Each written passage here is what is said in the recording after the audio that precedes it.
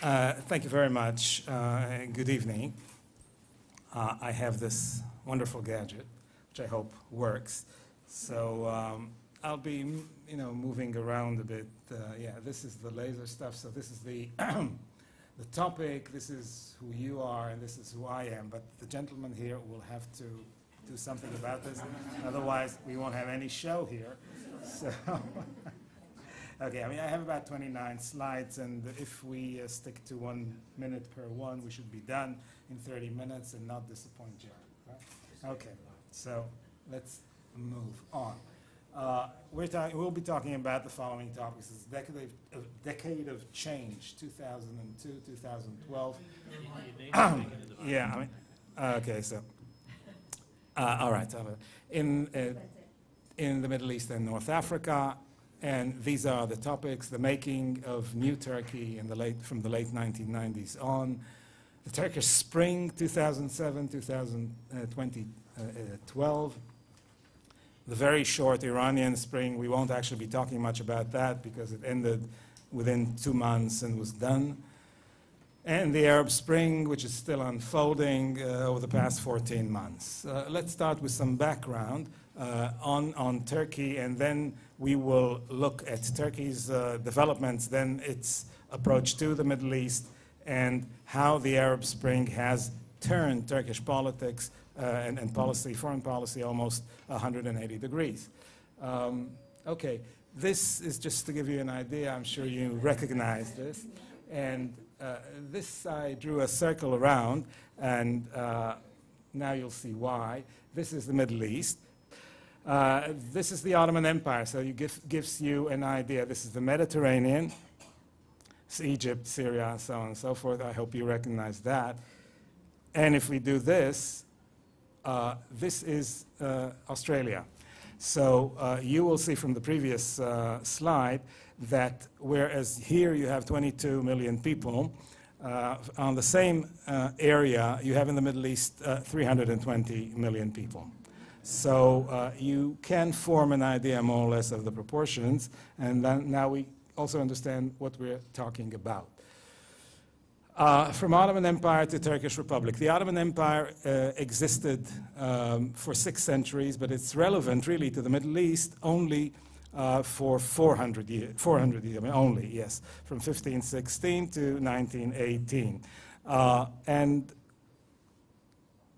what we talk about is in Ottoman history, the Ottoman Empire was the epitome of diversity, because as you saw over that area, it's highly diverse, probably one of the most diverse in the world from almost every angle. It was multi-ethnic, multi-religious, multilingual, multicultural.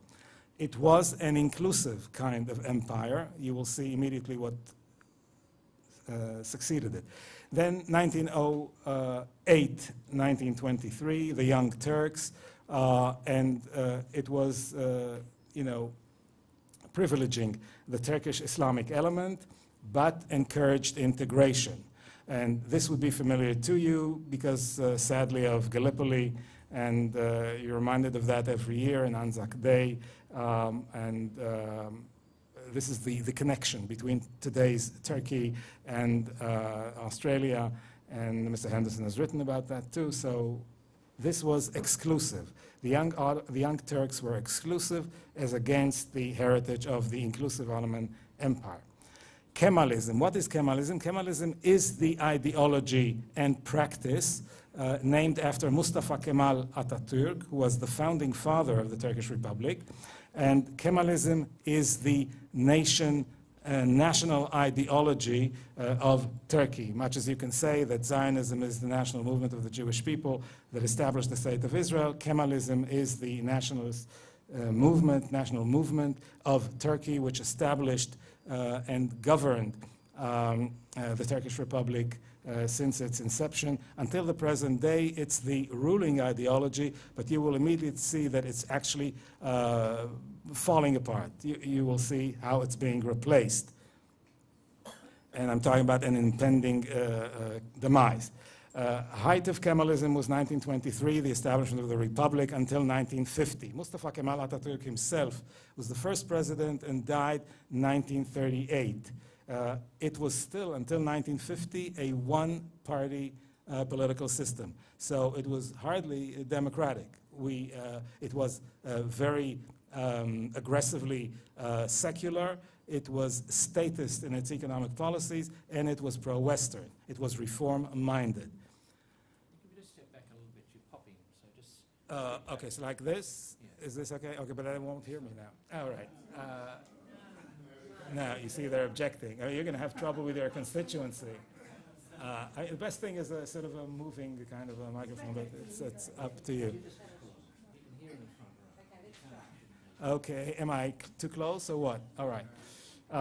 Now, what the Kemalist governments did was to suppress all the multi-elements that we mentioned before about the Ottoman Empire, and it coerced nation building.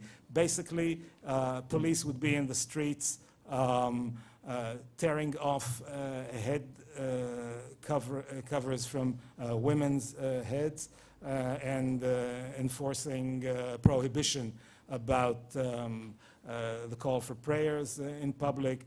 The weekend became Saturday, Sunday. Friday, that is the day of prayer, was not allowed to be a special day.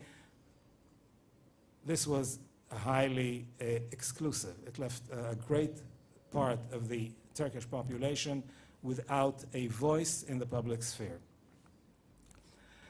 Erosion and reassertion happened in 1950 when they allowed a two-party system, and when the opposition party of Adnan Menderes was elected. The Democratic Party had power. It had power until, for 10 years, for a decade.